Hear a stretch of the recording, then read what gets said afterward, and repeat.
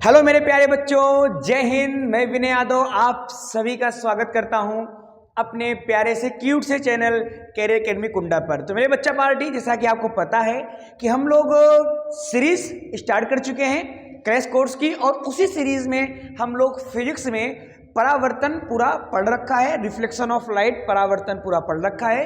और आज की इस प्यारी सी क्लास में हम लोग बात करने वाले हैं अपवर्तन के बारे में। अपवर्तन से जुड़ा हुआ बहुत सारे हमारे पास इंपॉर्टेंट टॉपिक होते हैं, और इस चैप्टर की सबसे बड़ी खूबी यह है कि ये चैप्टर बहुत छोटा है, और उससे बड़ी खूबी ये है कि इस चैप्टर के सवाल बच्चों को आते नहीं हैं। क्यों नहीं आते? क्योंकि अभी मैं आगे इस क्लास में आपको मिलेगा 4 स्लाइड में ऐसे हमारे पास 4 फॉर्मूले आते हैं जो कि बच्चों को याद ही नहीं हो पाते, और उस रिलेशन से, उस फॉर्मूले से बहुत ही ज़्यादा क्वेश्चन पूछे गए हैं आज तक। तो चलिए इस प्यारी सी क्लास को हम लोग स्टार्ट करते हैं और अपवर्तन को हम लोग स्टार्ट करते हैं। अगर हमसे कोई बात करे अपवर्तन का क्या मतलब है, तो बहुत सिंपल सा मतलब हम लोग अपवर्तन को समझाते हैं। अपवर्तन का मतलब होता है प्रकाश का मुड़ना। अगर एक लाइन में कोई बात बोले कि अपवर्तन का मतलब क्या है, तो अपवर्तन का मतलब होता है प्रकाश का मुड़ना। तो अगर कहीं पर प्रकाश मुड़ जाए तो उसे हम लोग अपवर्तन कहते हैं, लेकिन कुछ शर्त होती है। शर्त क्या है? कि प्रकाश एक माध्यम से दूसरे माध्यम में जा रहा हो। चलिए, तो इस बात को हम लोग डायग्राम बनाते हैं और आराम से चीज़ों को समझते हैं बिल्कुल व्यवस्थित तरीके से। तो सबसे पहले हम यहाँ पर एक लाइन खींचते हैं, और इस लाइन का नाम हम लोग यहाँ पर रखते हैं बाबूजी सीमा पृष्ठ। इस लाइन का नाम लोग यहाँ पे क्या रखते हैं? सीमा पृष्ठ रखते हैं। सीमा पृष्ठ का क्या मतलब है? मतलब इस लाइन के ऊपर एक माध्यम है और इस लाइन के नीचे एक माध्यम है, तो हम इसको बोल सकते हैं माध्यम। कौन सा है ये है माध्यम नंबर 1, और यहाँ पे हमारे पास एक माध्यम और है, और इसको हम लोग बोल सकते हैं माध्यम नंबर 2 बोल सकते हैं।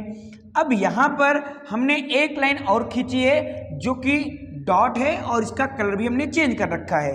तो ये जो मैंने लाइन खींची यहाँ पे, इस लाइन को हम लोग यहाँ पर बोलते हैं अभिलंब बोलते हैं। हाँ भैया, तो इस लाइन को हम लोग यहाँ पर क्या बोलते हैं? अभिलंब बोलते हैं, जिसे इंग्लिश में क्या बोला जाता है? जिसे इंग्लिश में हम लोग बोलते हैं नॉर्मल। तो ये हमारा क्या हो जाएगा? यहाँ पर ये हमारे पास हो जाएगा अभिलंब। चलिए, तो हमारे पास ये अभिलंब हो गया। अच्छा, सीमा पृष्ठ का मतलब इसके ऊपर एक माध्यम, इसके नीचे दूसरा माध्यम। सीमा मतलब कि लिमिट किसी चीज की, तो ये पहला माध्यम, ये दूसरा माध्यम। और यहाँ पे एक लाइन खींचते हैं जो कि इस सीमा पृष्ठ पर लंब होती है। लंब होने का मतलब क्या होता है? कि जो हमारे पास अभिलंब है और जो हमारे पास सीमा पृष्ठ है, इनके बीच में एंगल कितना बनेगा? 90 बनेगा। और 90 बना हुआ भी है। क्यों? क्योंकि देखो यहाँ पे L बन रहा है ना, और जहां जहां पर L बनता है वहां पे एंगल 90 बनता है। चलिए, अब यहाँ पर हमने डाला प्रकाश की किरणों को, तो जरा देखते हैं प्रकाश किरणें अगर जाती हैं तो क्या होता है। मैंने यहाँ पर जब प्रकाश किरणों को डाला इस प्रकार से, थोड़ा समझते हैं आराम से, है ना। तो मैंने यहाँ पर प्रकाश किरण को डाला, तो जब प्रकाश किरणें, आपको पता है ना कि प्रकाश किरणें हमेशा सीधी चलती हैं, लेकिन बाबूजी यहाँ पर ये जो हमारे पास प्रकाश किरणें हैं, ये सीधी ऐसे नहीं निकलती, ये इनको ऐसे जाना चाहिए था। सही बात तो ये कि इनको ऐसे जाना चाहिए था, लेकिन ये प्रकाश किरणों में कुछ उल्टा सीधा हो जाता है। और ये हमारे पास जो प्रकाश किरणें हैं, जरा देखिए आप लोग, ये थोड़ा सा क्या हो गई? मुड़ गई इस तरीके से। तो ये क्या हुआ, इसके बारे में समझते हैं। तो पहले तो ये समझते हैं कौन कौन सी किरणें हैं। तो जो प्रकाश आता है उसको हम लोग यहाँ पर बोलते हैं आपतित किरण। जो प्रकाश आता है, जो किरण आती है, उसे क्या बोलते हैं? आपतित किरण। और जो दूसरे माध्यम में निकल जाता है, जो मुड़ जाती है, उसको हम लोग यहाँ पर क्या बोलते हैं? अपवर्तित किरण। तो ये हमारे पास हो जाएगा अपवर्तित किरण हो जाएगा। अच्छा, ये हमारे पास अभिलंब है, ये हमारे पास आपतित किरण है। तो अभिलंब और आपतित किरण के बीच में यहाँ पर एक कोण बन रहा है, और इस कोण का नाम यहाँ पे क्या होता है? कोण आई। आई का मतलब आपतन कोण, परावर्तन में हमने आपको बताया था। और यहाँ पर भी देखिए एक एंगल बन रहा है, और इस कोण को हम लोग क्या बोलते हैं? कोण आर बोलते हैं, और इसको हम लोग बोलते हैं अपवर्तन कोण। अच्छा, ऐसा ही डायग्राम मैं एक बार और बनाता हूं।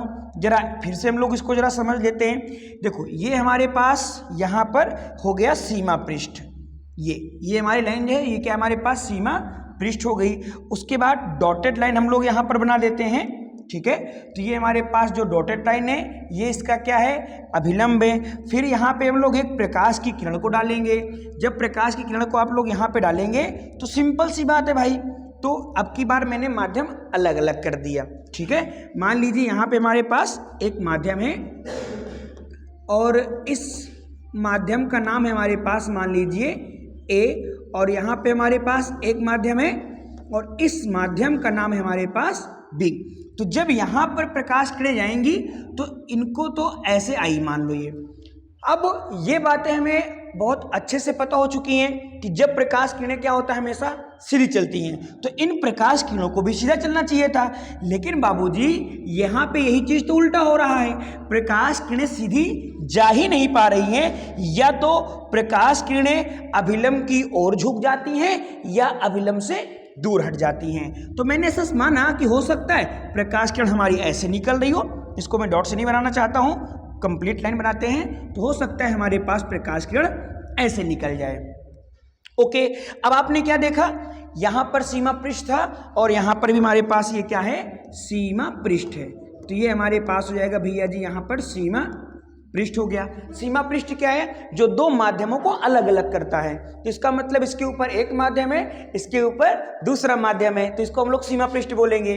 और इस लाइन को हम लोग यहाँ पर क्या बोलते हैं, नॉर्मल बोलते हैं, जिसे हम लोग हिंदी में क्या बोलते हैं, अभिलंब बोलते हैं। और जो प्रकाश किरण आती है उसको हम लोग क्या बोलेंगे, आपतित प्रकाश किरण। तो इसका मतलब हमारे पास ये क्या हो जाएगा, आपतित किरण भी बोल सकते हो शॉर्ट में। और जो दूसरे माध्यम में जाने पर विचलित हो जाए, देखो या तो अभिलंब की ओर आ जाए या अभिलंब से दूर। अब यहाँ पर अभिलंब की ओर आई है, यहाँ पर अभिलंब की ओर झुकी है और यहाँ पर अभिलंब से दूर भागे, तो कहीं भी जाए हमें इससे मतलब नहीं, लेकिन जहाँ जाना चाहिए उस रास्ते पर ना जाए। तो इसका मतलब इस वाली किरण को हम लोग बोलेंगे, अब इस वाली किरण को हम लोग बोलेंगे अब अपवर्तित किरण।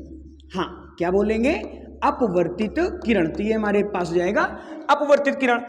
जैसे यहाँ पे एंगल बना है, यहाँ पर एंगल बना है, सेम उसी तरीके से यहाँ पर एंगल बना हुआ है और सेम उसी तरीके से यहाँ पर एंगल बना है। एंगल का विशेष ध्यान देना है हमें और आपको। क्यों? क्योंकि जो एंगल होता है बच्चे कंफ्यूज हो जाते हैं, वो कभी यहाँ पे एंगल बना देंगे, कभी इधर बना देंगे, कभी इधर बना देंगे, और वो सब गलत होता है। जब भी आप एंगल बनाइए बस दो बातों का ध्यान रखना है। पहला तो अभिलंब को जोड़ना है, बिना अभिलंब के साथ अगर आपने एंगल बनाया, कोण बनाया, तो वो कोण क्या होगा, गलत होगा। आप देखें यहाँ पे, चाहे यहाँ पर बन रहा हो चाहे यहाँ पे, दोनों में मैंने अभिलंब के साथ ही कोण बनाया है। अभिलंब के साथ हो पहली बात, और दूसरी बात हमारे पास जो प्रकाश किरण है उनके साथ हो। तो जैसे यहाँ पर हमने प्रकाश किरण को भेजा था तो ये ऐसे जा रही थी तो ऐसे निकल जाएंगी, यहाँ पर प्रकाश किरणों को हमने भेजा तो ऐसे जा रही थी और ये ऐसे निकल जाएंगी। तो यहाँ पर देखो अभिलंब हो गया, ये आपतित किरण हो गई। तो जहाँ पर जो कोण बनता है उसको हम लोग क्या बोलते हैं, कोण आई बोलते हैं। और यहाँ पर जो हमारे पास कोण बनता है उसे हम लोग क्या बोलते हैं, कोण आर बोलते हैं। आपतन कोण और अपवर्तन कोण। अगर मैं लिख कर समझाना चाहूँ तो लिख सकते हो आप यहीं पर आराम से, बढ़िया से, व्यवस्थित तरीके से, कि हमारे पास यहाँ पर जो एंगल आई है उसे हम लोग यहाँ पर बोलते हैं भैया आपतन कोण। एंगल आई का मतलब क्या होता है, आपतन कोण, और एंगल आर का मतलब क्या होता है, अपवर्तन कोण। तो ये हमारे पास हो जाएगा अपवर्तन कोण हो जाएगा। तो ये आपतन कोण और ये अपवर्तन कोण। यहां पे हमें इस बात का ध्यान रखना है कि प्रकाश किरणें मुड़ी तो, बट ये मुड़ क्यों रही हैं, तो इसका जवाब भी हम लोग आगे मिलेंगे। लेकिन इन दो डायग्राम के माध्यम से पहले अब हम ये तो समझ लें कि प्रकाश का अपवर्तन क्या होता है। तो जरा आइए इस बात को समझते हैं। आपने क्या देखा कि जब एक माध्यम से, अब मैंने यहाँ पे एक लिखा है तो इसका मतलब एक नहीं, मतलब एक मतलब किसी भी माध्यम से, माध्यम ए से माध्यम बी, माध्यम एक से माध्यम दो, तो मैं इसी के बारे में बताना चाह रहा हूं। तो जब प्रकाश किरणें एक माध्यम से दूसरे माध्यम में जाती हैं तो वो अपने मार्ग से विचलित हो जाती हैं, मतलब कि भटक जाती हैं। जैसे इस प्रकाश किरण पे अगर ये इधर आती तो इसको इस मार्ग पर, इस रास्ते पर आना चाहिए था, लेकिन ये भटक गई और मुड़ गई। क्या हो गई? लाइट मुड़ गई, प्रकाश किरण मुड़ गई, और इसी प्रकाश किरण के मुड़ने की घटना को हम लोग बोलते हैं प्रकाश का अपवर्तन। तो अगर मैं एक लाइन में किताबी भाषा में बात करूं तो इसको हम लोग ऐसे बोलेंगे कि जब प्रकाश की किरणें एक माध्यम से दूसरे माध्यम में जाती हैं तो वो अपने मार्ग से विचलित हो जाती हैं, भटक जाती हैं, और प्रकाश की इसी घटना को हम लोग क्या बोलेंगे? प्रकाश का अपवर्तन बोलेंगे। तो ये हमारे पास हो गया रिफ्रैक्शन ऑफ लाइट, प्रकाश का अपवर्तन, तो उसके बारे में जानकारी होगी। अब आगे चलते हैं और आगे जरा हम लोग ये समझते हैं कि ये जो अपवर्तन हुआ, यहां पर जो हम लोगों ने अपवर्तन पढ़ा, ये क्यों हुआ? तो हमने क्या बताया कि प्रकाश एक माध्यम से दूसरे माध्यम में गया। तो सर क्या ये हमेशा एक माध्यम, दूसरा माध्यम, या माध्यम ए या माध्यम बी लिखेंगे? नहीं बाबू, इनका बढ़िया प्यारा प्यारा नाम होता है, तो इनके हम लोग नाम से इनको डिनोट करेंगे। क्या नाम होता है? आइए जरा समझते हैं। तो प्रकाशीय, देखो, तो हम लोग क्या पढ़ने ना, माध्यम के प्रकार पढ़ने वाले हैं। अगर आपने मेरा परावर्तन टॉपिक देखा होगा, परावर्तन वाला सीरीज देखी होगी वहां पे, तो वहां पर भी मैंने माध्यम के प्रकार बताया था, लेकिन वहां पर जो माध्यम का प्रकार है वो क्या होता है? पारदर्शी माध्यम, अपारदर्शी माध्यम, पारभासी माध्यम। क्यों? क्योंकि वो परावर्तन घटना है। लेकिन हम लोग अब यहाँ पर जब माध्यम का प्रकार देखेंगे तो यहाँ पे हमारे पास एक शब्द आता है और वो शब्द लिखा है प्रकाशीय घनत्व। अब प्रकाशीय घनत्व क्या होता है?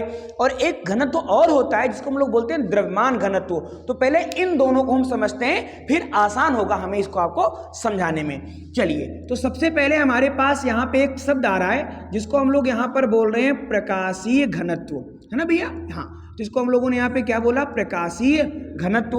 और एक शब्द हम लोगों ने बहुत पहले छोटी क्लासेस में और 9th में भी ये टॉपिक था, जिसको हम लोग क्या बोलते हैं? द्रव्यमान घनत्व। क्या बोलते हैं? द्रव्यमान घनत्व। तो ये तो किसी वस्तु के द्रव्यमान के आधार पर घनत्व को बताते हैं। तो ये वाला घनत्व और ये वाले घनत्व में क्या होता है? आपस में अंतर होता है। इस बात का आपको विशेष ध्यान रखना है। प्रकाशीय घनत्व क्या है? इसमें हम लोग प्रकाश की चाल से समझते हैं। तो अगर किसी माध्यम में प्रकाश की चाल कम होगी तो किसी माध्यम में ज्यादा होगी। तो अगर प्रकाश की चाल कम होगी तो उसे क्या कहेंगे, और अगर प्रकाश की चाल ज्यादा होगी तो उसे क्या कहेंगे? अब हमें इसी को समझना है। तो आइए देखते हैं। तो मैंने क्या कहा? प्रकाशीय घनत्व के आधार पर। तो प्रकाशीय घनत्व का मतलब कि प्रकाश की किरणें उस माध्यम में कैसे चलती हैं। तो हमने कहा दो प्रकार का माध्यम होता है। एक हमारे पास कौन सा माध्यम होता है? सघन माध्यम। सघन का मतलब ही होता है बहुत पास पास। सघन का मतलब क्या होता है? बहुत पास पास। हालांकि ये दोनों तो अलग हैं, लेकिन अगर आप इनको ध्यान से समझेंगे तो लगभग 95%, 98% इन दोनों में आपको समानता ही मिलेगी। लेकिन अब जो 2% मिला हुआ है अलग डिफरेंस, उसको देखकर ये मत सोचना कि बस वही तो 2% उसको हटा दो। नहीं, ये बड़ा इंपॉर्टेंट पॉइंट है। जो हम लोग घनत्व पढ़ते हैं नॉर्मल, वो हमारे पास होता है बाबूजी द्रव्यमान घनत्व, और जो हम लोग यहाँ पर घनत्व का नाम ले रहे हैं वो हमारे पास होता है प्रकाशीय घनत्व। ठीक है, तो ऑप्टिकल डेंसिटी इसको हम लोग बोलते हैं। चलिए, तो यहाँ पे क्या आता है कि जब यहाँ पर आपने क्या देखा प्रकाश की किरणों को, कि एक बार प्रकाश की किरण अभिलंब की ओर झुक जाती है, एक बार प्रकाश की किरण अभिलंब से दूर हट जाती है। तो इसी के आधार पर हमने माध्यम को बांटा। क्या बांटा? कि यदि अपवर्तन के पश्चात, मतलब अपवर्तन हो जाए, एक माध्यम से दूसरे माध्यम में प्रकाश चला जाए, तब की बात कर रहा है। तो अपवर्तन के पश्चात प्रकाश किरण अभिलंब की ओर, देखो प्रकाश किरण अभिलंब की ओर क्या हो जाए? मुड़ जाए। तो पहले माध्यम के सापेक्ष, ये बड़ा इंपॉर्टेंट शब्द है, अभी हम इसको समझाएंगे आपको। पहले माध्यम के सापेक्ष दूसरा माध्यम सघन माध्यम कहलाता है। इसको मैं फटाक से बना करके आपको समझाता हूं। जैसे कि आपने पीछे देखा, यहां पर एक लाइन होती है बाबूजी, और उस लाइन को हम लोग क्या बोलते हैं? सीमा पृष्ठ बोलते हैं। यहाँ पे कुछ इस तरीके हमारे पास अभिलंब होता है, यहाँ पर प्रकाश किरणें जाती हैं।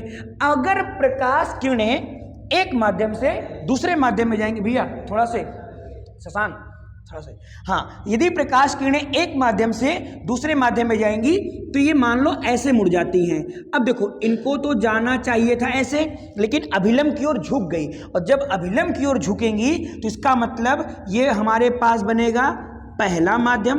पहला माध्यम मतलब जहां से प्रकाश जा रहा है, और ये हमारे पास कौन सा माध्यम बनेगा? दूसरा माध्यम, मतलब जिसमें प्रकाश जा रहा है। तो जो पहला माध्यम है, पहले माध्यम के सापेक्ष, मतलब इसके सापेक्ष जो हमारा दूसरा माध्यम है, ये वाला माध्यम क्या कहलाएगा? सघन माध्यम कहलाएगा, हमारे पास डेंसर मीडियम कहलाएगा इंग्लिश में। ओके, तो आई होप आप इसको समझे होंगे। तो जैसे ये हमारे पास परिभाषा है, वैसे हमारे पास इसी में एक पॉइंट और होता है, जिसको हम लोग क्या बोलते हैं? विरल माध्यम बोलते हैं।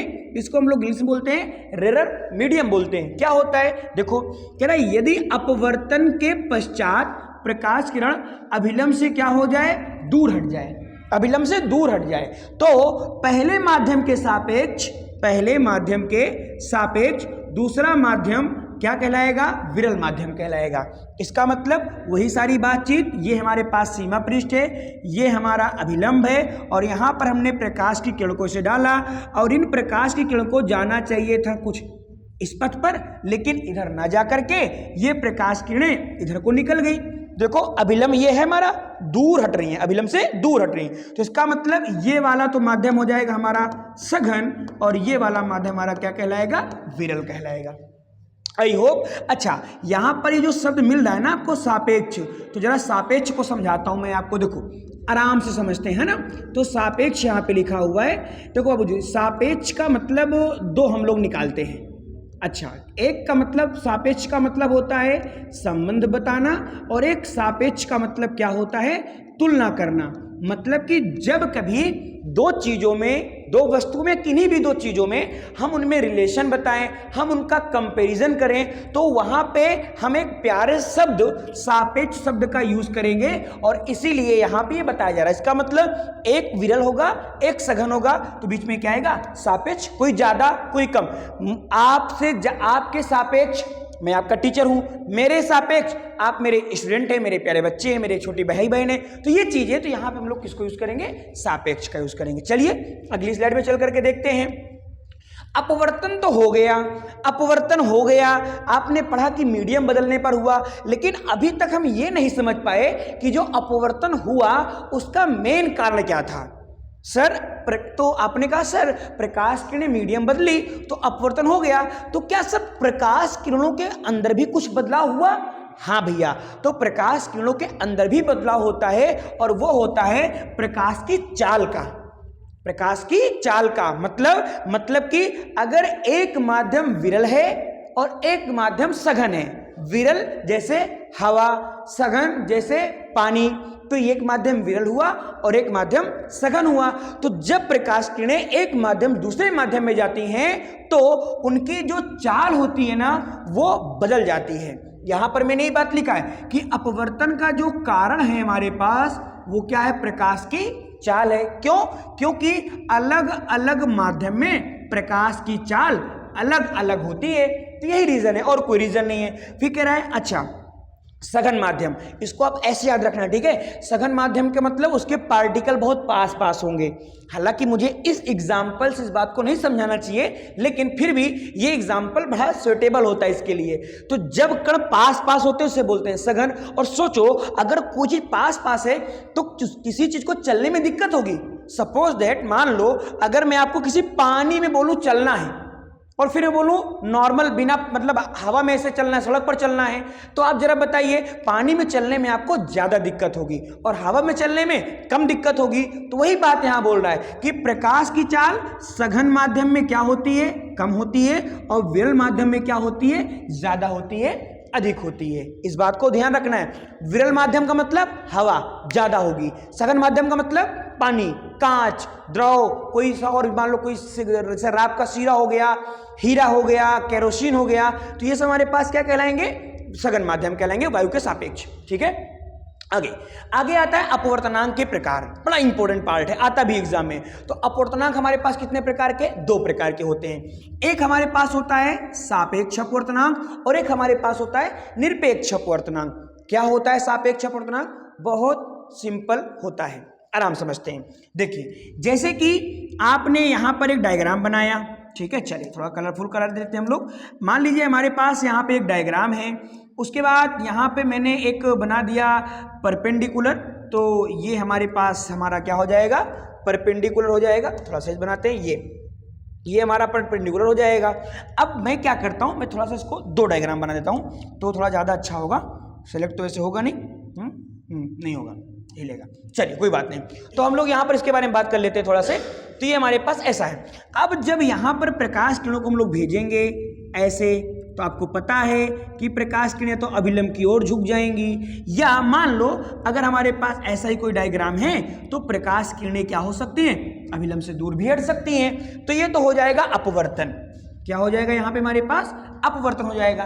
तो कह रहा है सापेक्ष अपवर्तनांक क्या है, निरपेक्ष अपवर्तनांक क्या है। देखो बात सुनना, अगर हमारे पास पहला माध्यम क्या हो, वायु, और नीचे वाला माध्यम कुछ भी हो, और नीचे क्या हो, कुछ भी हो, कुछ भी हो, तो इस माध्यम के सापेक्ष इस माध्यम का अपवर्तनांक जो होगा उसको हम लोग बोलेंगे निरपेक्ष अपवर्तनांक।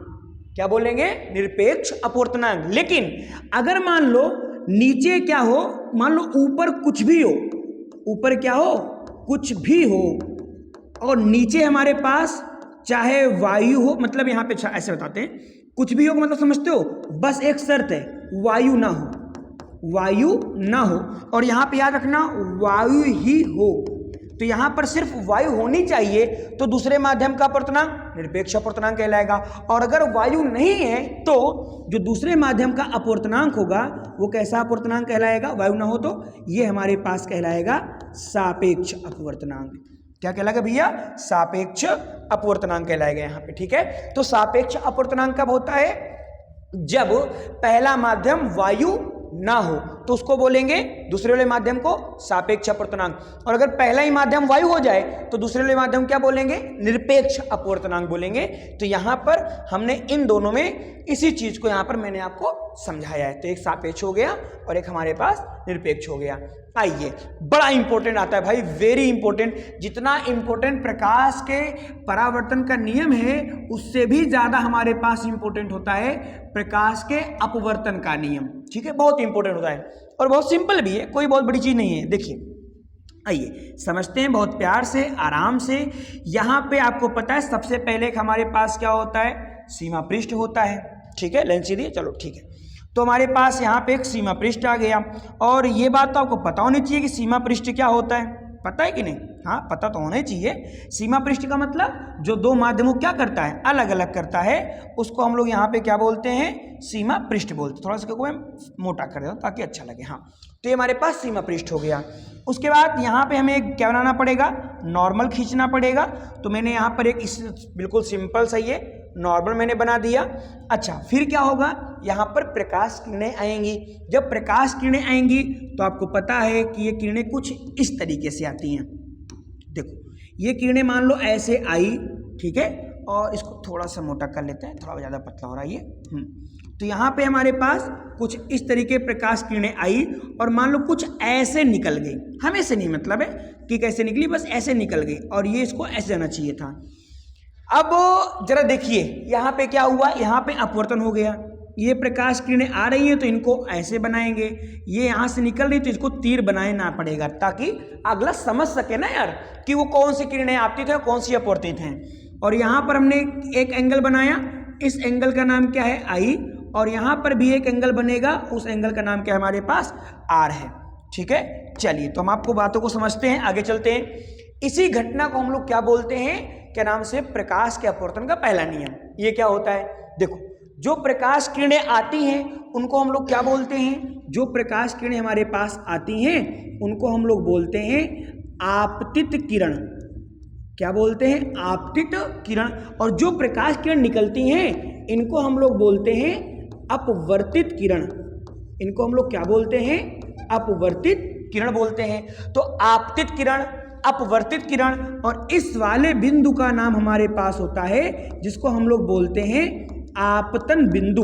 हाँ जी भैया, इसको हम लोग क्या बोलते हैं, आपतन बिंदु। तो आपतित किरण मतलब कि ये वाली किरणें, तो इनको हमने बोल दिया आपतित किरण। और ये हमारे पास कौन सी किरण है? अपवर्तित किरण। तो आपतित किरण, अपवर्तित किरण आपतन बिंदु पर डाला गया, ये हमारे पास क्या होता है? इसको हम लोग यहां पर बोलते हैं अभिलंब।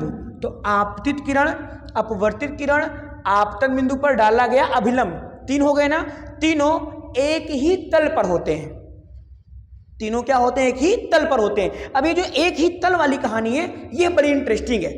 इसका मतलब पता है, जैसे अगर हमारे पास यहां पर रेस जा रही है तो रेस ऐसे निकल जाएंगी। मतलब कि जैसे हमारे पास ये हमारा बोर्ड है ना, तो ये बोर्ड एक प्रकार का तल है, एक प्रकार का प्लेन है। तो अगर यहां से मान लीजिए मैंने कोई प्रकाश किरण कहीं से भी इधर उधर कहीं डाला, तो ये सारी जितनी किरणें हैं इसी बोर्ड पर ही रहेंगी, कहीं भी आहार बाहर जाएंगी नहीं।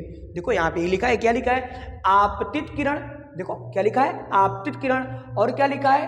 अपवर्तित किरण तथा आपतन बिंदु पर डाला गया अभिलंब, तीनों बाबूजी क्या होते हैं? एक ही तल पर होते हैं। तीनों क्या होते हैं? एक ही तल पर होते हैं। तो ये हमारे पास आ गया अपवर्तन का पहला नियम, इसको आपको याद रखना है। चलिए आगे चलते हैं। अगला पॉइंट हमारे पास आता है द्वितीय नियम, बड़ा इंपॉर्टेंट है। तो जो अभी आपने पीछे पढ़ा है, देखो ये आपतन कोण है और ये अपवर्तन कोण है। तो यहां पे एक शब्द आता है कि आपतन कोण की ज्या और अपवर्तन कोण की ज्या का अनुपात एक नियतांक होता है। अच्छा, सबसे पहले यहां पे हम लोग ये समझते हैं आराम से कि इस ज्या का मतलब क्या है। जो ज्या आ रहा है, ज्या का मतलब जा नहीं, ज्या का मतलब यहां पे होता है साइन, जिसको हिंदी में हम लोग बोलते हैं ज्या। तो इसको हमने क्या बोल दिया? चलो अगर ऐसे लिखना चाहें इसको हम लोग लिखते हैं SINE, जिसको हम लोग यहाँ पर क्या लिखेंगे सही तरीके से? साइन थीटा लिखेंगे। तो कह रहा है कि आपतन कोण की ज्या मतलब कि साइन थीटा। अब आपने देखा कि हमने कोण क्या माना है? आई, तो इसको मैं बोल दूंगा आई, मान लो ऐसे, ठीक है। आइए इसको समझते हैं। तो अगर हमारे पास आपतन कोण है, इधर साइड में लिख देते हैं, अगर हमारे पास आपतन कोण है तो आपतन कोण का मान हमने क्या माना है? आई माना है। तो इसके हिसाब से क्या हो जाएगा हमारे पास? ये हो जाएगा साइन आई। दूसरा हमारे पास कौन सा कोण है? दूसरा हमारे पास है अपवर्तन कोण। कौन सा कोण है भैया? दूसरा हमारे पास है अपवर्तन कोण। और अपवर्तन कोण को हम लोग यहाँ पे क्या लिखेंगे? आर। और यहाँ पे हमारे पास ये क्या हो जाएगा? Sine R. तो साइन आई और साइन आर। तो कह रहा है आपतन कोण की ज्या मतलब कि साइन आई, अपवर्तन कोण की ज्या का मतलब साइन आर। कह रहा है इन दोनों को जो अनुपात होगा, अनुपात का मतलब बटे, तो ये हमारे पास आएगा साइन आई और यहाँ पे हमारे पास ये हो जाएगा साइन आर। तो दोनों का जो अनुपात होगा वो बराबर होगा किसके? तो वो बराबर होगा नियतांक के। मतलब इन दोनों का अनुपात करोगे ना तो नियतांक आता है। और जो नियतांक आता है, जो कांस्टेंट आता है, यहाँ पे हम लोग लिखते हैं साइन आई और यहाँ हम लोग लिखेंगे साइन आर। और नियतांक का मतलब क्या होता है? एन। तो यही हमारे पास होता है अपवर्तन का दूसरा नियम। अच्छा, अपवर्तन का दूसरा नियम तो इंपॉर्टेंट है ही, लेकिन इससे ज्यादा इंपॉर्टेंट ये नियम होता है कि जो अपवर्तन का दूसरा नियम है वो किस नाम से और जाना जाता है। तो याद रखिएगा मेरी बातों को, जो अपवर्तन का दूसरा नियम होता है इसको हम लोग बोलते हैं स्नेल का नियम। याद रखिएगा, जो अपवर्तन का हमारे पास दूसरा नियम होता है इसको हम लोग किसका नियम बोलते हैं? इसको हम लोग बोलते हैं स्नेल का नियम। स्नेल का नियम हिंदी में हम लोग बोलते हैं Snell's law. Snell's law English में बोलते हैं और हिंदी में क्या बोलते हैं? स्नेल का नियम। अच्छा, साइन आई क्या है? आपतन कोण की ज्या। साइन आर क्या है? अपवर्तन कोण की ज्या। तो सर यहाँ पे एन क्या है? एन के बारे में तो आपने बताया नहीं। बिल्कुल भैया, एन को छोड़ दोगे तो चैप्टर ही खराब हो जाएगा। तो यहाँ पे बाबू जो हमारे पास एन है, इस एन को ही हम लोग यहाँ पर क्या बोलते हैं? अपवर्तनांक बोलते हैं। क्या बोलते हैं? अपवर्तनांक। याद रखना, अपवर्तन अलग है, अपवर्तनांक अलग होता है। अपवर्तन अलग होता है, अपवर्तनांक अलग होता है। अपवर्तन क्या है? एक घटना है प्रकाश में, और अपवर्तनांक क्या है? दो माध्यमों के बीच को तुलना करता है कि किसमें माध्यम में प्रकाश चाल कम होगी और किसमें ज्यादा होगी। ठीक है, तो ये हमारे पास स्नेल लॉ और अपवर्तन का दूसरा नियम हो जाता है।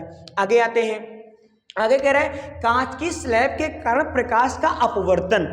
तो कांच की स्लैब, तो जरा इसको समझते हैं। तो कांच तो हम सबको पता है, लेकिन यहाँ पे एक शब्द आ रहा है हमारे पास जो कि लिखा गया है क्या, स्लैब लिखा गया है। स्लैब, स्लैब का मतलब होता है बाबूजी चटिया। चटिया मतलब, चटिया का मतलब समझाता हूं मैं अभी आपको। स्लैब जैसे कि आप लोगों ने इसे देखा होगा, जैसे टाइल्स, मान लो टाइल्स, तो जो टाइल्स होती है ना उसको हम लोग एक शब्द में क्या बोलेंगे, स्लैब बोलेंगे, या दूसरे शब्द में क्या बोलेंगे, चटिया बोल सकते हैं। तो उसी के बारे में हम लोग बात करने वाले हैं। तो यहाँ पे मैं पहले एक कांच की स्लैब ले लेता हूँ, मेरे पास व्यवस्था है तो मैं व्यवस्था का यूज करता हूँ, है ना। चलिए, तो ये हमारे पास आ गया, कांच की एक स्लैब आ गया, ठीक है। ओके सर, समझ रहे हैं। तो इसको मैं हटा देता हूँ, फ्रेम थोड़ा मोटा कर देता हूँ, ठीक है। अब यहाँ पे क्या होगा, यहाँ पर हम लोग प्रकाश को आपतित कराएंगे। चलिए तो कराते हैं आपतित। तो यहाँ पे हमारे पास ये प्रकाश आपतित हुआ, ठीक है। थोड़ा सा लाइन सीधी लिखनी पड़ेगी तो ऐसे ले लेता हूँ। चलिए, तो यहाँ पे हमारे पास ऐसे मैंने प्रकाश को आपतित कराया। जब आप प्रकाश को यहाँ पर आपतित कराएंगे तो आपको पता है क्या कि भैया यहाँ पे बाहर हमारे पास कौन सा माध्यम है, तो बाबूजी बाहर हमारे पास क्या है, वायु, और ये हमारे पास क्या है, ये हमारे पास है कांच। तो प्रकाश एक माध्यम दूसरे माध्यम में जा रहा है, और जब प्रकाश एक माध्यम से दूसरे माध्यम में जाएगा तो अपने मार्ग से विचलित हो जाएगा। इसका मतलब कि ये भटकेगा। अब भटक करके कहाँ जाएगा, तो सबसे पहले हमें क्या बनाना पड़ेगा, अभिलंब बनाना पड़ेगा। तो आइए सबसे पहले हम लोग इसका अभिलंब बना देते हैं। तो ये हमारे पास थोड़ा सीधा इस तरीके से, तो ये हमारे पास इसका क्या हो जाएगा, अभिलंब हो जाएगा, मतलब कि नॉर्मल हो जाएगा। अच्छा, जब ये प्रकाश किरणें इस माध्यम से दूसरे माध्यम में जाएंगी तो आपको पता है अभिलंब से क्या हो जाएंगी, मतलब जिस रास्ते पर जाना चाहिए उस रास्ते पर नहीं जाती, क्या होती, थोड़ा मुड़ जाती हैं। ये सघन है, ये विरल है। इसका मतलब प्रकाश किरणें यहाँ पर कुछ ऐसे निकलेंगी, देखो, है ना। और इनको जाना चाहिए था उधर को, चलो डैश डैश करके इसको बना देते हैं। इनको जाना चाहिए था कुछ ऐसा बढ़िया सीधा, लेकिन ये ऐसे जाएंगी नहीं, मुड़ेंगी। अच्छा, एक बात आपने और देखा, नोटिस करो, ये हमारे पास फिर से आ गया, माध्यम अलग होने वाला है। कैसे, क्योंकि यहाँ पे हमारे पास क्या है बाबूजी, ये हमारे पास है यहाँ पे कांच, और बाहर हमारे पास क्या है, बाहर है वायु। तो एक माध्यम से दूसरे माध्यम में जाएगा तो प्रकाश विचलित हो जाएगा। तो फिर से हमें यहाँ पे क्या बनाना पड़ेगा, अभिलंब ही बनाना पड़ेगा। तो यहाँ पे हमने फिर से क्या बनाया, अभिलंब बना दिया।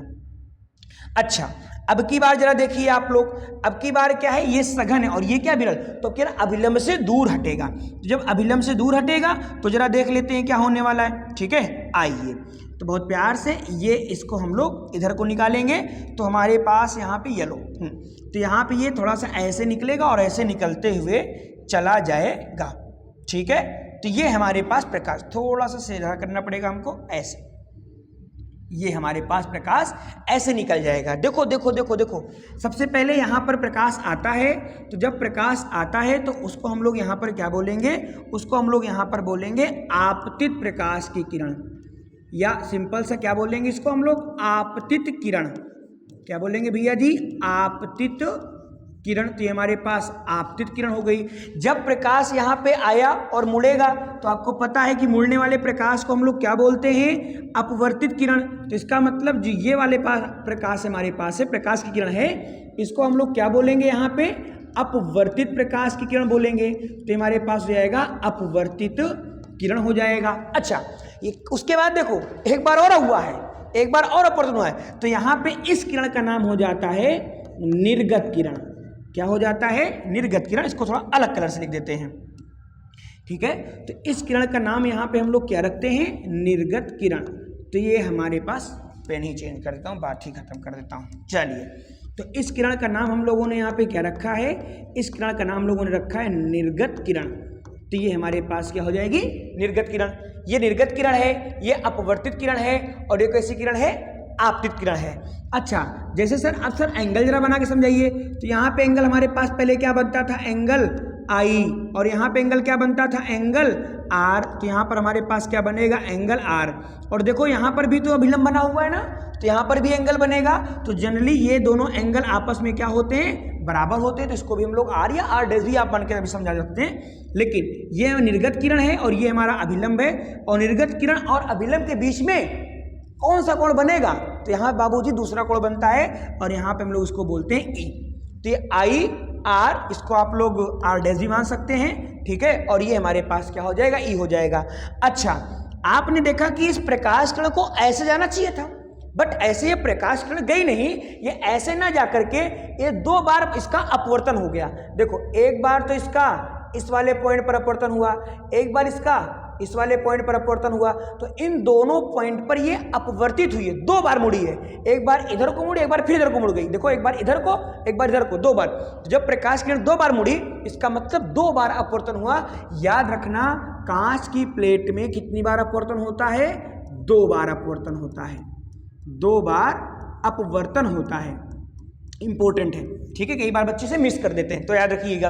अच्छा, ये निर्गत किरण है हमारे पास, और जो हमारे पास निर्गत किरण है और जब हम आपतित किरण को आगे बढ़ाते हैं, मैंने पहले ही बढ़ाया था, तो आप देखें कि इन दोनों किरणों के बीच में अगर आप देखें तो समान दूरी है, और जब दूरी समान है तो इसका मतलब ये दोनों किरणें हमारे पास कैसी कहलाएंगी? समांतर कहलाएंगी। तो हमारे पास दोनों किरणें क्या हो जाएंगी? समांतर हो जाएंगी। अच्छा, और इन दोनों किरणों के बीच का जो ये डिस्टेंस होता है, इसको हम लोग देखो, इसको हम लोग बोलते हैं विस्थापन। क्या बोलते हैं भैया जी? विस्थापन बोलते हैं। लेकिन एक नया नाम होता है, और उस नए नाम का मतलब यहाँ पे क्या होता है? पार्श्व विस्थापन। क्या होता है? पार्श्व विस्थापन, पार्श्विक विस्थापन, इसको हम इस नाम से डिनोट करते हैं। तो ये हमारे पास टॉपिक कंप्लीट हो गया, कांच की स्लैब के कारण प्रकाश का अपवर्तन। ओके, चलिए आगे चलते हैं। अगला हमारे पास आता है अपवर्तनांक तथा प्रकाश की चाल में संबंध। बहुत इंपॉर्टेंट है, सुनना मेरी बातों को ध्यान से। तो भैया जी, आपने देखा कि अपवर्तनांक को हम लोग लिखते हैं किससे? अपवर्तनांक हम लोग लिखते हैं n से। तो हमारे पास n हो गया। जो अपवर्तनांक होता है और जो प्रकाश की चाल होती है, वो एक दूसरे के अपोजिट होते हैं। मतलब सर, मतलब भैया जिसका ये हुआ कि जो हमारे पास प्रकाश है, जो हमारे पास प्रकाश है और उस प्रकाश की जो चाल है और उस माध्यम का जो अपवर्तनांक है, वो एक दूसरे के अपोजिट होगा। प्रकाश की चाल ज्यादा, अपवर्तनांक कम, प्रकाश की चाल कम, अपवर्तनांक ज्यादा। आपको पता है, इसको हटाऊंगा, इसको यहां बोलेंगे व्युत्क्रमानुपाती। तो n व्युत्क्रमानुपाती v के, 1/v नहीं बोलना, n व्युत्क्रमानुपाती v के। तो ये हमारे पास क्या हो जाएगा? हो जाएगा n, इसको हटाएंगे तो बराबर आएगा, और कोई ना कोई नियतांक आता है तो नियतांक आता है c, और यहां हमारे पास हो जाएगा n = c/v हो जाएगा। जहां पर आपको ये बातें पता होनी चाहिए, बिल्कुल बेसिक बातें हैं, कि जो हमारे पास यहाँ पे n लिखा गया है, जो n लिखा गया है वो हमारे पास क्या है भैया? तो वो हमारे पास है अपवर्तनांक, है ना? हाँ, जो n है वो क्या है? अपवर्तनांक है। जो यहाँ पे c लिखा गया है, c क्या है हमारे पास? निर्वात में प्रकाश की चाल है। अच्छा, निर्वात भी हम लोग बोल सकते हैं या वायु भी बोल सकते हैं, हालांकि थोड़ा सा अंतर आता है, लेकिन उसको हम लोग निगलेक्ट कर सकते हैं। तो निर्वात या वायु में, निर्वात या वायु में प्रकाश की चाल है। तो निर्वात या वायु में क्या है? ये प्रकाश की चाल है। तो सी हमारे पास प्रकाश की चाल होगी, और जो वी है ये भी प्रकाश की चाल है, लेकिन ये उस माध्यम की प्रकाश की चाल है जिस माध्यम का आप लोग अपवर्तनांक निकाल रहे थे। तो वी यहां पे हमारे पास क्या हो जाएगा? माध्यम में प्रकाश की चाल, माध्यम में प्रकाश की चाल, माध्यम में प्रकाश की चाल। तो ये हमारे पास होता है, और ये बहुत ही ज्यादा वेरी वेरी इंपॉर्टेंट फॉर्मूला होता है। बहुत सारे सवाल लगते हैं इसके ऊपर, और इसी से जुड़ा हुआ एक टॉपिक और हमारे पास है। देखिए क्या कह रहा है? कह रहा है कि 2 माध्यम, अभी तो मान लो हमारे पास एक ही माध्यम है, मान लीजिए यहां हमारे पास एक ही माध्यम है, तो कह रहा अगर 2 माध्यम हो जाए तो क्या होगा? बिल्कुल सिंपल, जरा देखो, एक माध्यम के लिए बात करो, चलिए पहले बात करें तो पहले माध्यम के लिए। तो हमारे पास यहां पे आ गया पहले माध्यम के लिए। तो अब हम लोग पहले बात करते हैं पहले माध्यम के लिए। क्या होता है पहले माध्यम? आपने पढ़ा कि फॉर्मूला तो होता है n = c/v, n = c/v। अगर पहला माध्यम है तो अपवर्तनांक n1 और प्रकाश की चाल v1 हो जाएगी उसी माध्यम में। c नहीं होगा, क्योंकि निर्वात में तो प्रकाश कांस्टेंट होता है भैया, जितना चलेगा हर जगह उतना ही चलेगा, तो c तो नहीं बदलेगा। अगर यही बातें मैं दूसरे माध्यम के लिए करूं तो जरा देखते हैं क्या होता है। अच्छा, कलर दूसरा है, तो यहाँ हमारे पास कलर दूसरा रहेगा, ये कलर। आइए तो हम यहाँ बात कर सकते हैं दूसरे माध्यम के लिए। दूसरे माध्यम के लिए। जो हम दूसरे माध्यम के लिए बात करेंगे तो देखो जहाँ पे N1 है वहाँ पे हमारे पास N2 आ जाएगा, C तो C ही रहेगा, जहाँ V1 है वहाँ पर V2 आ जाएगा। मैं क्या कर सकता हूँ, मैं बहुत प्यार से इसको बोल सकता हूँ समीकरण नंबर 1 और इसको मैं बोल सकता हूँ समीकरण नंबर 2। और मैं यहाँ पे क्या कर सकता हूँ, समीकरण 1 व 2 को भाग कर सकता हूँ। तो आइए यहाँ से हम लोग इसको स्टार्ट करते हैं और यहाँ पर मैंने लिखा समीकरण 1 भागे समीकरण 2। तो समीकरण 1 हमारे पास क्या है N1, समीकरण 2 क्या है N2। तो ये हमारे पास हो जाएगा N1 अपॉन में N2 बराबर का, अब देखो N1 अपॉन N2 और ये पहले ऊपर लिखना पड़ेगा हमको, ये तो मेन बटे हो गया। यहाँ हमारे पास आएगा C अपॉन में V1, यहाँ पे आएगा C अपॉन में V1 और यहाँ हमारे पास आएगा C अपॉन में क्या आएगा V2।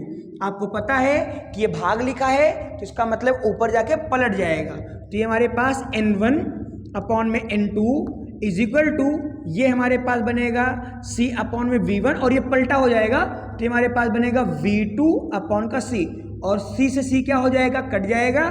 तो कुल मिला के क्या बनेगा N1 upon N2 is equal to V2 upon का V1। बहुत प्यारा फॉर्मूला है। तो यहां से भी आप अपवर्तनांक निकालेंगे। देखो दो माध्यम है ना, N1 N2 V2 V1। एक चीज जरा ध्यान रखो, N1 यहाँ पे ऊपर लिखा गया है तो V1 यहाँ पे नीचे लिखा गया है, N2 यहाँ पे नीचे लिखा गया है तो V2 यहाँ पे ऊपर लिखा। इसका मतलब कि दोनों अपोजिट लिखे और अपोजिट ही तो होता है, मतलब प्रकाश की चाल अगर ज्यादा है तो अपवर्तनांक कम होगा, अगर अपवर्तनांक ज्यादा है तो प्रकाश की चाल कम हो जाएगी।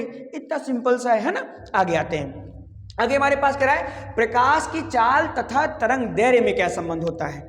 बिल्कुल सिंपल सी बात है। तो हमने यहाँ पे क्या देखा, अगर आप चाहें तो इसकी मैं थ्योरी भी थोड़ा लिख सकता हूं कि प्रकाश की चाल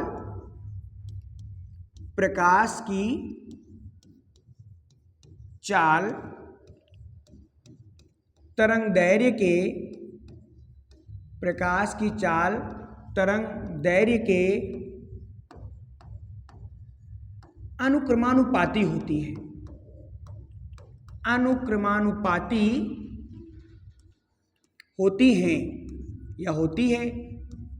आइए देखिए, तो मैंने क्या माना, मैंने माना कि मान लो प्रकाश की चाल हमारे पास v है, ठीक है। तो मैंने कहा कि ये तरंग दैर्घ्य के अनुक्रमानुपाती है, इसका मतलब v प्रोपोर्शनल, v अनुक्रमानुपाती किसके, लैम्डा के। तो ये हमारे पास हो जाएगा v प्रोपोर्शनल लैम्डा। अब अगर मैं प्रोपोर्शनल का चिन्ह हटाऊंगा तो बराबर लगाऊंगा और कोई ना कोई नियतांक, तो यहाँ पे नियतांक क्या आता है, n आता है। कई किताबों में n लिख करके क्या दे दिया गया है, f दे दिया गया है, ठीक है। तो यहाँ पे n और f का मतलब क्या है, आवृत्ति है। अपवर्तनांक भी हम इसको आगे समझाएंगे आपको। तो v और यहाँ पे f और इसको हम लोग यहाँ n लिख लें तो हमारे पास ये क्या हो जाएगा, n हो जाएगा और ये हमारे पास क्या हो जाएगा, लैम्डा हो जाएगा। तो ये हमारे पास क्या आ गया, v बराबर n लैम्डा, v बराबर n लैम्डा। और यही हमारे पास मेन है और इस पर सवाल भी लगते हैं, है ना। तो जो अगली क्लास आएगी उसमें हम लोग सवाल के बारे में बात करेंगे, तो वहां पे आप इस बात को देखिएगा। तो सिंपल सा फॉर्मूला होता है v बराबर हमारे पास n लैम्डा। आगे कह रहा है अपवर्तनांक तथा तरंग दैर्घ्य में क्या संबंध होता है। तो अभी आपने फॉर्मूला पढ़ा v बराबर n लैम्डा। अगर मैं n बराबर निकालूं तो हमारे पास v अपॉन में क्या हो जाएगा, v अपॉन में क्या हो जाएगा, लैम्डा हो जाएगा। अगर आप यहाँ पर अगर आप ध्यान से समझें तो n का मतलब यहाँ पर मैं क्या बोल रहा हूँ, n का मतलब हम यहाँ पर बोल रहे हैं अपवर्तनांक से। n का मतलब यहाँ पे हमारे पास क्या है, अपवर्तनांक है। यहाँ पर v लिखा है, v का मतलब क्या है, प्रकाश की चाल है। बट प्रकाश की चाल कहाँ पर है ये, तो भैया जी ये जो प्रकाश की चाल है वो कहाँ पर है, वो है हमारे पास माध्यम में, जिस माध्यम की मैं बात करूँगा। तो ये उस माध्यम की बात कर रहा हूँ। लैम्डा आ रहा है, लैम्डा का मतलब हमारे पास क्या होता है, तरंग दैर्घ्य होता है। लैम्डा का मतलब क्या होता है, तरंग दैर्घ्य होता है, जिसको इंग्लिश में हम लोग क्या बोलेंगे, वेव लेंथ बोलेंगे। इंग्लिश में हम लोग क्या बोलेंगे, वेव लेंथ बोलेंगे, LENGTH, वेव लेंथ बोलते हैं। आई होप ये बात भी आपको समझ में आ गई होगी। ओके, तो ये हमारे पास इसका संबंध हो जाता है। तो अभी ये सब हम यूज करेंगे तो आपको आसान हो जाएगा समझने में। अच्छा, ये बड़ा इंपॉर्टेंट पार्ट है, बहुत सवाल आते हैं एग्जाम में, यूपी बोर्ड में। कह रहा है कि रंग के आधार पर प्रकाश के अपवर्तन को समझाइए। तो अभी तो हम आगे पढ़ेंगे प्रिज्म, तो वहां पे आपको समझाएंगे, बट फिर भी आप समझना, अगर V I B G Y O R VIBGYOR, तो आपको पता होगा V का मतलब यहां पे क्या होता है भैया, तो V का मतलब यहां पर होता है हमारे पास वायलेट। आई का मतलब यहाँ पे क्या होता है, तो आई का मतलब होता है यहाँ पे इंडिगो। बी का मतलब क्या होता है, तो बी का मतलब होता है ब्लू। जी का मतलब क्या होता है, तो जी का मतलब होता है ग्रीन। वाई का मतलब क्या होता है, वाई का मतलब येलो। ओ का मतलब क्या होता है, तो ओ का मतलब ऑरेंज। आर का मतलब क्या होता है, आर का मतलब रेड। तो ये हमारे पास 7 कलर होते हैं। अब सुनना, अगर आप नीचे से ऊपर जाओगे तो लैम्डा, लैम्डा का मतलब क्या हुआ, तरंग दैर्घ्य। तो तरंग दैर्घ्य जो होगी भैया जी, वो मतलब कि लैम्डा क्या होती है, बढ़ती है। कहाँ पर, नीचे से ऊपर जाने पर। तो इसका मतलब कि जो यहाँ पे लाल रंग है, इसकी तरंगदैर्घ्य सबसे ज्यादा। तो अगर लाल रंग की तरंगदैर्घ्य सबसे ज्यादा होगी तो लाल रंग का अपवर्तनांक कितना होगा, सबसे कम। क्यों, क्योंकि यहां पे आई है, यहां पे आपने क्या देखा, यहां पे आपने क्या देखा, यहां पे आपने देखा कि जो हमारे पास कौन स्लाइड में था, इसमें, ओहो सॉरी एक पेज इंसर्ट हो गया, हाँ यहां पे आते हैं। तो यहां पे आपने देखा है, एक minute, n is equal to lambda, lambda lambda कहाँ गया भैया जी, ये हमारे पास ये आ रहा है। यहां पे आपने क्या देखा कि जो n है अपवर्तनांक, n का मतलब अपवर्तनांक, और लैम्डा हमारे पास है, तो अपवर्तनांक और लैम्डा एक दूसरे क्या है, अपोजिट है। तो इसका मतलब अगर लैम्डा का मान बढ़ाएंगे आप तो n का मान क्या हो जाएगा, कम हो जाएगा। अगर n का मान आप बढ़ाएंगे तो लैम्डा का मान क्या हो जाएगा, कम हो जाएगा। तो उल्टा होगा। तो यहां पर यही बात ये बोल रहा है, कहां गया, कहां गया, ये रहा। तो कह रहा है इसका मतलब लाल रंग की तरंगदैर्घ्य सबसे ज्यादा है, तो इसका मतलब लाल रंग का अपवर्तनांक सबसे कम होगा। बैंगनी रंग की तरंगदैर्घ्य सबसे कम होगी तो बैंगनी रंग का अपवर्तनांक सबसे ज्यादा होगा। ओके, आगे आते हैं। आगे बिल्कुल सिंपल टॉपिक है, अपवर्तनांक के कुछ उदाहरण है। जैसे कह रहा है कि किसी तालाब की गहराई वास्तविक से कम दिखाई पड़ती है। अगर कभी आपने तालाब के किनारे पर पैर रखा होगा, या कभी बाल्टी में हम लोग हाथ को डालते हैं, पता लगा हमने कपड़े को इतना मोड़ा है और हाथ को डाले, और जैसे हाथ डालते हैं कपड़ा भीग जाता है। अरे यार हमने तो इतना मोड़ा था कि हमारा हाथ ना भीगे, मतलब कपड़ा ना भीगे, तो भी कैसे मुड़ गया, क्यों, क्योंकि वास्तव में जो आप देख रहे हो ना, उसकी वास्तविक गहराई नहीं है, उसकी रियल डेप्थ नहीं है, वो उसकी अपैरेंट डेप्थ है, उसकी आभासी गहराई है। क्यों होता है अभी समझ लेते हैं बहुत आराम से, और एक बार समझोगे 3-4 इसके जो भी एग्जाम्पल हैं सारे आपके क्लियर हो जाएंगे। आइए, तो यहां पर हमारे पास ये आ गया, एक मान लो कोई पात्र है, ठीक है, थोड़ा सा इसको सिस्टमेटिक बनाते हैं। ये हमारे पास कोई पात्र है। अच्छा, उसके बाद इस पात्र में मान लो ये इसकी तली है, ठीक है, जो मैंने बनाया यहाँ पे ये इसकी तल है, मतलब कि इसका बेस है। अब अगर मान लीजिए इस यहाँ पर मैंने भर दिया पानी, चलिए पानी भर देते हैं। तो इस तरीके से मैंने इसमें क्या भर दिया, पानी भर दिया। ठीक बात है सर, भर दीजिए, कोई दिक्कत नहीं सर, ठीक है। चलिए, तो यहाँ पर ये क्या भर गया, पानी भर गया।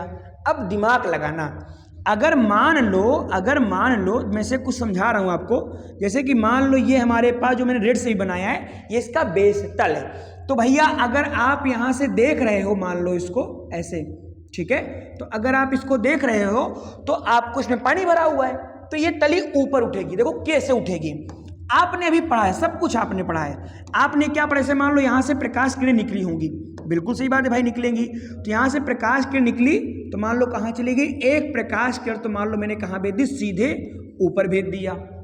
अच्छा, एक प्रकाश किरण मैंने आंख की तरफ भेजा, तो आपको पता है ये यहाँ पर जैसे ही आप पहुँचेंगे तो यहाँ पे माध्यम क्या हो जाएगा, बदल जाएगा। और आपको पता है ना, अगर मैं यहाँ पे एक ऐसे डैश डैश करके अभिलंब बनाऊं, तो ये बात आप जानते हो कि जब ये सघन माध्यम है और वो विरल माध्यम है, जब प्रकाश के सघन से विरल में जाएंगी तो अपने मार्ग से विचलित हो जाएंगी और कहाँ जाएंगी, अभिलंब से दूर हटेंगी। इसका मतलब कि ये ऐसे निकलेंगी, ठीक है। अब कहेंगे सर आँख तो आप यहाँ बनाए थे, लो अच्छा यहाँ पर बना देते हैं, ठीक है। तो ये हमारे पास आँख हो गई, अब समझना आना, अब तो समझ जाना यार। तो हमारे, ठीक है, तो ये हमारे पास आँख है। अब ये यहाँ पर किरणें ऐसे निकल रही हैं, अगर मैं इसको पीछे बढ़ाऊं, ये यहाँ पर देखो आकर मिल रहा है। तो जो तली हमको अभी तक पहले यहाँ थी, अब वो यहाँ पर हमको दिख रही है। हालांकि वास्तव में ऐसा नहीं है, बट यहाँ पे दिख रही है। और जब यहाँ पे दिखेगी, देखो वो कम दिख रही है, मतलब इतना गहरा नहीं है, कम दिख रहा है। तो इसीलिए दिखता है, क्योंकि वो क्यों दिखता है? अपवर्तन के कारण। सारे टॉपिक इसी पर बेस्ड है। आगे आप देख सकते हो, आगे यहाँ कह रहा है बर्तन में रखा अदृश्य सिक्का बर्तन में जल भर देने पर दिखाई पड़ता है। देखो ये हमारे पास एक पात्र है, एक बर्तन है, और इस बर्तन में यहाँ पर एक सिक्का रखा गया है। जैसे प्रकाश इस सिक्के से निकलता है तो यहाँ तक आया, लेकिन माध्यम बदलेगा तो अभिलंब से दूर भागेगा। और अगर आप इसको आगे बढ़ाएंगे, देखो ये यहाँ पे आ रहा है, इसका मतलब ये सिक्का यहाँ पे नहीं, सिक्का यहीं पर है, लेकिन हमको उठा हुआ लग रहा है। क्यों लग रहा है? अपवर्तन के कारण लग रहा है। अच्छा, फिर हमारे पास आता है एक और सीधी पेंसिल। ये बड़ा इंपॉर्टेंट होता है, कई बार देखिएगा सीधी पेंसिल जल में मुड़ी हुई दिखाई पड़ती है। देखिए यहाँ पे हमारे पास एक ग्लास है ना, और इस ग्लास में एक में कोई पानी नहीं भरा है और एक में मैंने पानी भरा है। यहाँ लिखा भी है कि इम्प्टी ग्लास, मतलब कि खाली ग्लास, और पेंसिल रखी है। यहाँ पे लिखा है glass plus water plus pencil, तो तीनों चीजें हैं। तो जब देखो ये कैसा माध्यम? सघन। ये कैसा माध्यम? विरल। और जब प्रकाश किरणें सघन से विरल में जाएंगी तो अपने मार्ग से क्या हो जाएंगी? अपने मार्ग से चेंज, मतलब कि उनका रास्ता भटकेगा। और जब रास्ता भटकेगा तो यही सब होगा। तो ये चीज यहाँ पे बनी है, तो इसलिए हमको मुड़ा हुआ दिखता है। ठीक है, आगे आते हैं। ये बड़ा इंपॉर्टेंट पार्ट है, बहुत इंपॉर्टेंट है, कई बार ये एग्जाम में आता है और बच्चे गड़बड़ करके आ जाते हैं, एकदम लीपापोती मचा देते हैं। क्रिटिकल एंगल में, क्रांतिक कोण में क्या होता है, आइए देखते हैं। सबसे पहले कह रहा क्रांतिक कोण वह कोण है, क्रांतिक कोण वह कोण है जिसके लिए विरल माध्यम बना कोण 90 डिग्री होता है। ये तो परिभाषा हो गई, समझते हैं आराम से, है ना, कोई खींचाताई नहीं करने का, आराम से समझते बाबूजी। यहां पे हमारे पास एक हो गया सीमा पृष्ठ, और यहां पर हमारे पास एक हो गया और सीमा पृष्ठ, और यहां पे हमारे पास हो गया एक और सीमा पृष्ठ। ठीक है सर। अच्छा, अब इस पे हम लोग बनाएंगे नॉर्मल। तो ये हमारे पास हो गया इसका नॉर्मल, तो यहाँ पे इसको हम नॉर्मल बना देते हैं। इसका नॉर्मल है, ये इसका नॉर्मल है। ठीक है, तो यहाँ पे इसका नॉर्मल हो गया, और उसके बाद यहाँ पे हमारे पास एक नॉर्मल और हो गया। तीनों बनाना पड़ेगा। फिर क्या करना पड़ेगा? फिर आपको प्रकाश को आपतित कराना पड़ेगा। तो आइए प्रकाश को आपतित कराते हैं। प्रकाश को मैंने यहाँ पे आपतित कराया। ठीक है, तो अब एक शर्त है। शर्त यहाँ पे ये है कि प्रकाश सघन से विरल में जा रहा हो, सघन माध्यम से विरल माध्यम में जा रहा हो। तो इसका मतलब अभी मैंने क्या माना कि जो हमारे पास ऊपर वाला मीडियम है भैया, जो हमारे पास ऊपर का मीडियम है, ये हमारे पास कैसा मीडियम है? तो यहाँ पे हमारे पास ये है सघन, और नीचे वाला मीडियम हमारे पास कैसा है? विरल बन जाएगा। फिर ऊपर का तीनों में सेम रहेगा, याद रखना, अगला टॉपिक भी आएंगे तब भी सेम रहेगा। तो ऊपर सघन है हमारे पास, और नीचे क्या है हमारे पास? विरल है। ऊपर हमारे पास यहाँ पे कैसा मीडियम है? सघन माध्यम है, और नीचे कैसा माध्यम हमारे पास? यहाँ पर विरल माध्यम है। ठीक बात है। अब सघन से विरल, सघन से विरल, सघन से विरल, ऐसे। अब यहाँ पर जब आप प्रकाश किरणों को बनाते हैं तो जरा देखिए क्या होता है। यहाँ पर प्रकाश किरणें ऐसे गई, इतना तो आपको पता ही है कि प्रकाश किरणें एक माध्यम दूसरे माध्यम में जाएंगी तो अपने मार्ग से भटक जाएंगी। अब क्योंकि ये माध्यम विरल है, इसका मतलब प्रकाश किरणें अभिलंब से दूर हटेंगी, तो यहाँ पर ये प्रकाश किरणें ऐसे हो जाएंगी थोड़ा सा, है ना। चलो, तो ये ऐसे हो गई। यहाँ पे आइए, ये हमने प्रकाश किरण है। अब यहाँ पे क्या है? यहाँ पे हमारे पास जो ये कोण बना था, जिसको हमने यहाँ पर क्या बोला था? आई, और यहाँ पर हमने इसको क्या बोला था? आर। तो अब मैं आई को थोड़ा बढ़ाऊंगा। ये जो हमारे पास आपतित किरण थी, ये हमारे पास अपवर्तित किरण है, तो यहाँ पर मैं इस आई को बढ़ाऊंगा। अब जरा आई को बढ़ाऊंगा तो इसका मतलब आई को जो अगर हम बढ़ाएंगे तो थोड़ा सा आई को हम लोग यहाँ से डाल सकते हैं प्रकाश किरण को। ठीक है सर, डाल दीजिए प्रकाश किरण, कोई दिक्कत नहीं है। तो यहाँ से हमारे पास ये क्या आ गई? प्रकाश की किरण आ गई। अब जब आप आई को बढ़ाएंगे तो सिंपल सी बात है, आर का मान भी बढ़ जाएगा। तो आर का मान भी बढ़ गया, और आर मान लो यहाँ तक आ गया हमारे पास। तो इसमें जरा देखिए, ये हमारे पास प्रकाश किरणें आई और ये ऐसे निकल गई। यहाँ पे हमारे पास कितना एंगल बनेगा? आई, और यहाँ पे कितना बनेगा? आर। देखो, आई को बढ़ाया, आर बढ़ा, आई को बढ़ाया, आर बढ़ा, आई को और बढ़ा दिया। और जब आप आई को और बढ़ा देंगे तो देखिए जरा क्या हो जाता है। यहाँ पर ये प्रकाश किरण जाई, मतलब गई, ये ऐसे गई, और यहां से प्रकाश किरणें ये निकलेंगी कुछ इस तरीके से। अब जरा देखिए क्या हो रहा है। अभी तो यहां पे हमारे पास जो एंगल बना था वो क्या बना था, आई बनता था, लेकिन अब ये एंगल कितना बन गया, 90 डिग्री बन गया। मतलब एक नया कुछ हुआ है, कीर्तिमान हम लोगों ने हासिल किया है, तो वही नया कीर्तिमान है और उस नए कीर्तिमान का हम लोग यहाँ पे एक नया नाम देंगे और उस कोण को हम लोग बोलेंगे क्रांति कोण। तो कई बार बच्चे गलती क्या करते हैं, वो नीचे वाले को क्रांति कोण बोल देते हैं, जो कि गलत है। नीचे वाला नहीं, आपतन कोण को ही क्रांति कोण कहते हैं। याद रखना जो हमारा आपतन कोण होता है, उसी को हम लोग यहाँ पर क्या बोलेंगे, क्रांतिक कोण। मतलब आपतन कोण क्रांतिक कोण आपस में क्या होते हैं, बराबर होते हैं। इस बात का विशेष ध्यान रखना।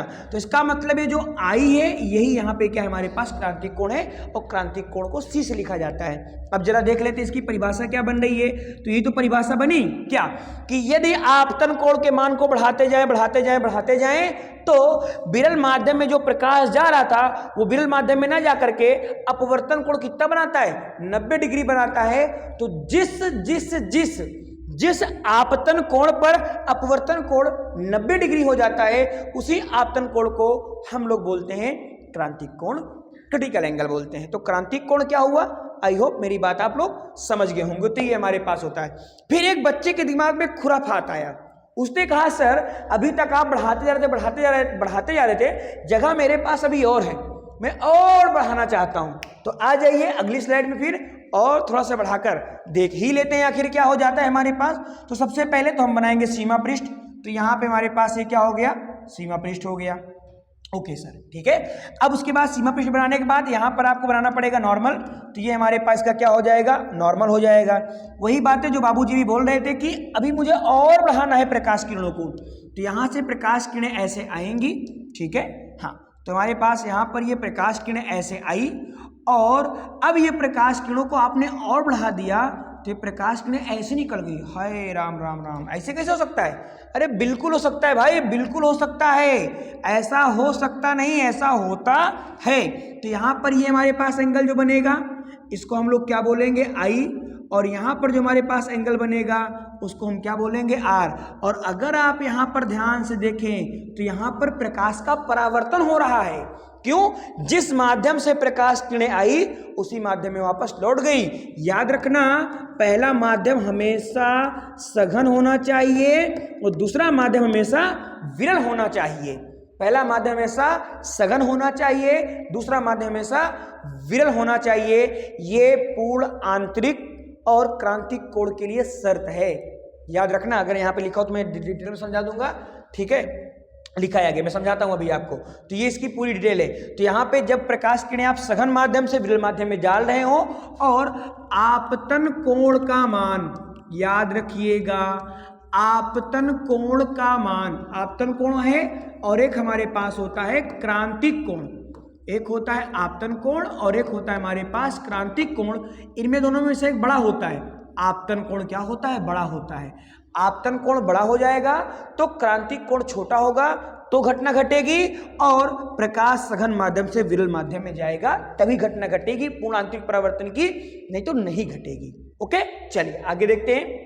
यही बातें लिखी है, देखो कह रहा है यदि आपतन कोण मतलब आई का मान क्रांतिक कोण से अधिक कर दें, मतलब ज्यादा कर दें, तो जो संपूर्ण प्रकाश होता है भैया वो विरल माध्यम में नहीं जाता। मतलब कि जो नीचे विरल माध्यम में, देखो इसमें गया है, नहीं गया है। संपूर्ण प्रकाश सघन माध्यम में वापस लौट जाता है और प्रकाश इसी घटना को क्या बोलते हैं, प्रकाश का पूर्ण आंतरिक परावर्तन कहते हैं। यहां पर अब आ रहा है कि पूर्ण आंतरिक परावर्तन के लिए शर्त क्या है, तो मैं एक बार फिर से बता देता हूं। सबसे पहली शर्त, दो शर्त होती है पूर्ण आंतरिक परावर्तन के लिए। सबसे पहली शर्त यह है हमारे पास कि जो हमारा आपतन कोण है, जो हमारा आपतन कोण है वो, और जो हमारा क्रांतिक कोण है वो। तो एक हमारे पास आपतन कोण होता है, एक हमारे पास क्रांतिक कोण होता है। इनमें से आपतन कोण को ज्यादा होना चाहिए। और दूसरा हमारे पास कौन सा इसका शर्त है, शर्त है कि प्रकाश सदैव कहाँ से कहाँ पर, तो प्रकाश सदैव सघन से, कहाँ पर, प्रकाश सदैव सघन से विरल में जानी चाहिए। जब प्रकाश सघन से विरल में जाएगा तभी होगा आपतन कोण का मान क्रांतिक कोण ज्यादा होगा, तभी होगा पूर्ण आंतरिक परावर्तन, नहीं तो नहीं होगा। अच्छा, इसका एक बहुत प्यारा सा और होती है, एक चीज होती है, जरा उसको समझना। क्या होता है कि जहां पर, याद रखिएगा मेरी बातों को, जहां पर पूर्ण आंतरिक परावर्तन, total internal reflection, total internal reflection, इसका शॉर्ट फॉर्म भी याद रखिएगा, इसका शॉर्ट में हम लोग बोलते हैं TIR, टोटल इंटरनल रिफ्लेक्शन। वह जहां पर पूर्ण आंतरिक, जहां पर पूर्ण आंतरिक परावर्तन, पूर्ण आंतरिक परावर्तन की घटना, पूर्ण आंतरिक परावर्तन की घटना होती है वह बिंदु, जहां पर पूर्ण आंतरिक परावर्तन घटना होती है वह बिंदु, चाहे आप बिंदु मान लें और चाहे आप कोई सतह हो, जो भी आपके पास हो, तो वह बिंदु या सतह कैसी दिखती है भैया जी? चमकीली दिखती है बाबू, चमकीली दिखाई देती है, चमकीली दिखाई देती है। ये होता है हमारे पास अपवर्तन। तो जहां पर पूर्ण आंतरिक परावर्तन घटना होती है वो सतह हमें कैसी दिखाई देगी? चमकीली दिखाई देगी। आइए जरा देख लेते हैं यहाँ पे, जैसे जल में परख नली का चमकना। देखो बिल्कुल सिंपल है। हमारे पास यहाँ पे एक मैंने पात्र बना लिया और उसके बाद मैंने इस पात्र में यहाँ पर क्या रख दिया? मान लीजिए मैंने इस पात्र में यहाँ पर एक परख नली रख दिया, ऐसे टाइप कुछ भी, अलग कलर से काम हो रहा है। ये हमारे पास मान लो कोई परख नली है, आपको पता है परख नली अंदर से खोखली होती है, और उसके बाद मैंने इसमें क्या भर दिया? जल भर दिया। जल, हाँ, गंगा जल, जल मतलब पानी होता है। तो यहाँ पर हमने क्या भर दिया? पानी भर दिया। तो ये हमारे पास आ गया पानी। अब पता है क्या होगा? ये जो हमारे पास परख नली है ना, इसमें चमकीली दिखाई देगी। क्यों दिखाई देगी? पहले बात को समझो। यहाँ पर जो प्रकाश बाबूजी चल रहा है, ओह तुम कहाँ से आ गए? हाँ, तो यहाँ पर जो हमारे पास प्रकाश चलेगा, अभी देखना क्या होने वाला है। बहुत आराम, बहुत सिंपल सुनिएगा। देखो, मान लीजिए यहाँ पर कोई प्रकाश आया, ऐसे समझते हैं, दूसरे कलर से व्हाइट समझते हैं। मान लीजिए यहाँ पर कोई प्रकाश आया, उससे निकला, कोई प्रकाश ऐसे आया और ऐसे निकला। देखो देखो, दिमाग लगाना। तो ये माध्यम हमारे पास क्या था? सघन, और बाहर हमारे पास कैसा माध्यम है? विरल। तो जब आप सघन माध्यम विरल माध्यम में जाएंगे तो जहां पर भी ये घटना हो रही होगी, वो सतह हो या वो जगह, वो सतह या वो बिंदु आपको कैसा दिखेगा? चमकीला दिखाई देगा। एक ये पॉइंट आता है हमारे पास, एक प्यारा सा ये पॉइंट आता है कांच। जैसे आप लोगों ने देखा, जब किसी गाड़ी वाड़ी में हम लोग जनरली ध्यान देते हैं, अगर गाड़ी का कांच का शीशा टूट जाए, उसमें दरार पड़ जाती है, तो पूरा शीशा कम, उसकी दरार ज्यादा अट्रैक्टिव दिखती है। क्यों दिखती है? क्योंकि जैसे मान लो हमारे पास ये शीशा है, मान लो इसमें कोई ऐसे दरार आ गई, ठीक है, ऐसे मान लो कोई दरार आ गई, तो अब यहाँ पर जब दरार आ जाती है तो जो उसकी दरार होती है, ठीक है, उसमें क्या हो जाता है? हवा हो जाता है। बाकी यहाँ पर क्या होगा? कांच होगा। अब प्रकाश मान लो यहाँ पर ऐसे आया, फिर इसमें जाएगा, तो ये कांच है मतलब सघन हो जाएगा, ये दरार है मतलब कि हवा विरल हो जाएगी। और जब प्रकाश सघन माध्यम विरल माध्यम में जाएगा, और अगर आपतन कोण का मान क्रांतिक कोण से अधिक हो जाएगा, तो सतह आपको कैसी दिखेगी? चमकीली दिखेगी। इसीलिए ऐसा होता है। इस क्लास का लास्ट टॉपिक या लास्ट पॉइंट हमारे पास आ गया, हीरे का चमकना। इसको हम लोग क्या, इसको हम लोगों ने देखा होगा कई जगहों पे ऑफिस में ये चीजें रखी होती हैं। इसको हम लोग बोलते हैं इंग्लिश में पेपर वेट। इसको इंग्लिश में क्या बोला जाता है? इसको बोला जाता है पेपर वेट। ये पेपर वेट होता है, और ये हमारे पास हीरा होता है। तो हीरा क्यों चमकता है? क्योंकि जब इस पर हम लोग प्रकाश को डालते हैं तो ये प्रकाश इसके अंदर आता है और वो इसके अंदर ट्रैप हो जाता है, फंस जाता है, क्योंकि बाहर निकल नहीं पाता, उसी में चमक जाता है। ठीक है, तो आई होप क्लास आपको मजेदार लगी होगी। धुआंधार लगी होगी। मिलता हूं आप सभी से नई क्लास में, तब तक के लिए आप सभी बच्चे इस पूरी क्लास का रिवाइज करके रखिए। पूरी क्लास के जितने भी फॉर्मूले हैं उसको एक जगह पर राइट डाउन करें, उनकी प्रैक्टिस करें, उनको रिवीजन करें। जो अगली क्लास आने वाली है उसमें हम लोग उससे बेस्ड, उससे रिलेटेड सभी PYQ, सभी TRQ मतलब टोटल मतलब कि topic related question, previous year question, सारी चीजों को हम लोग लाने वाले हैं। ओके, मिलते हैं, बाय बाय, टेक केयर, जय हिंद बच्चा, लव यू ऑल। सभी लोगों का रिवीजन करते रहिएगा, बाय बाय।